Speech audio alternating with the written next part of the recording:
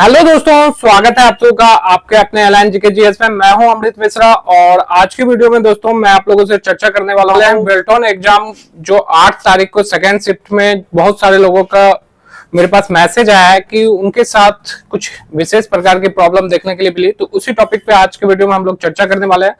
तो चलिए दोस्तों टॉपिक को शुरू करते हैं।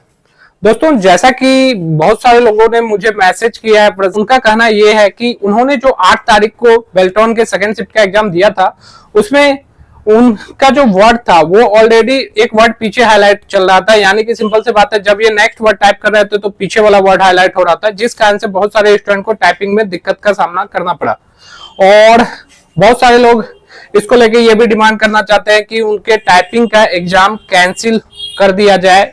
तो ऐसा दोस्तों पॉसिबल तो नहीं है। दोस्तों जब आपका टाइपिंग का मेन एग्जाम हुआ होगा उससे पहले आपको टाइपिंग प्रैक्टिस के लिए करवाया गया होगा और उसमें भी आपने देखा होगा कि सिंपल सी बात है, आप एक वर्ड आगे टाइप कर रहे हैं तो पीछे वाला वर्ड हाईलाइट होके आ रहा है।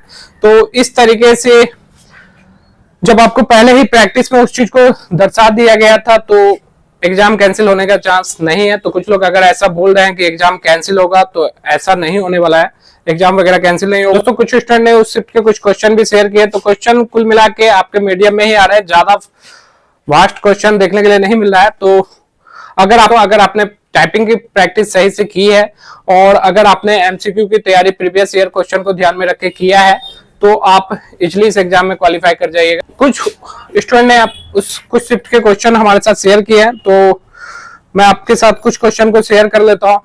दोस्तों अगर अभी तक आपका बेल्टॉन का एग्जाम नहीं हुआ है या हो चुका है तो तब तो कोई बात ही नहीं है, और अगर नहीं हुआ है तो आगामी क्वेश्चन में आप इन सारे क्वेश्चनों को ध्यान में रख के ही उसी के हिसाब से तैयारी करें। क्वेश्चन इस प्रकार के ही थे जैसे कि निम्न में से कौन इनपुट डिवाइस नहीं है और आउटपुट डिवाइस नहीं है।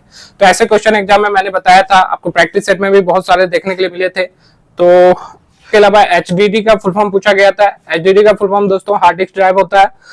तो इसके अलावा दोस्तों स्पेलिंग एंड ग्रामर चेक से पूछा गया था कि सिंपल सी बात है किस टैब में है। तो मैंने पहले ही बताया था कि अगर आप बेल्टॉन एग्जाम को देने जा रहे हैं तो आपको ये तो याद होना ही चाहिए कि किस टैब में कौन सा ऑप्शन है।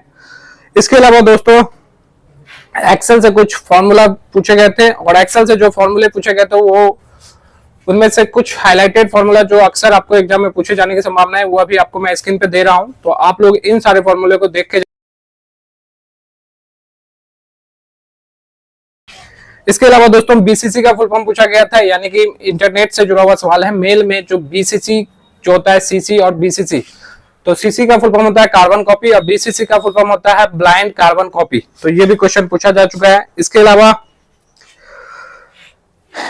स्थायी और अस्थायी मेमोरी से क्वेश्चन आया था कि निम्न में से किसे अस्थायी मेमोरी कहते हैं। तो अस्थायी मेमोरी दोस्तों आपको मालूम है कि रैम को कहते हैं, और अगर वो पूछता है कि स्थायी मेमोरी किसे कहा जाता है तो वो होता है आपका रोम।